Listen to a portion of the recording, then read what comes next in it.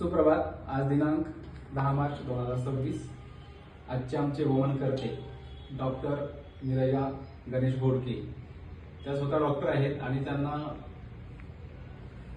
खरं तर आम्लपित्ताचा हायपरॅसिडिटीचा त्रास खूप वर्षापासून आहे आणि मायग्रेन, त्यामुळे मायग्रेन होतं.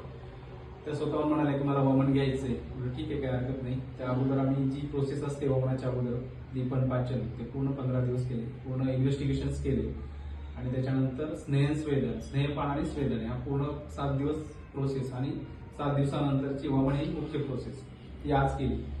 त्यांना आयुष्यात कधीच उलटी झाली नव्हती आणि त्यामुळे तुम्ही मला उलटी होणार नाही, मग काढा कसं काय घ्यायचं, मग तुम्ही काही काळजी नका करू, आम्ही करून घेतो सगळं. त्याने व्यवस्थित सगळ्या गोष्टी फॉलो केल्या आणि त्या फॉलो केल्यानंतर खूप चांगल्या प्रकारचं वमन घेतलं त्यांनी. वमनामध्ये जवळपास 14 ते 15 लिटर काढा त्यांनी घेतला आणि त्यांना आता खूप लाईट फील होते की आता भविष्यात जे काही त्रास आहेत, मायग्रेनचा असेल किंवा हायपरॅसिडिटीचा असेल, तो पूर्णपणे बरा होणार आहे.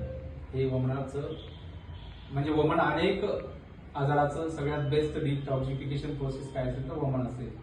नेहमीप्रमाणेच टीमवर्क.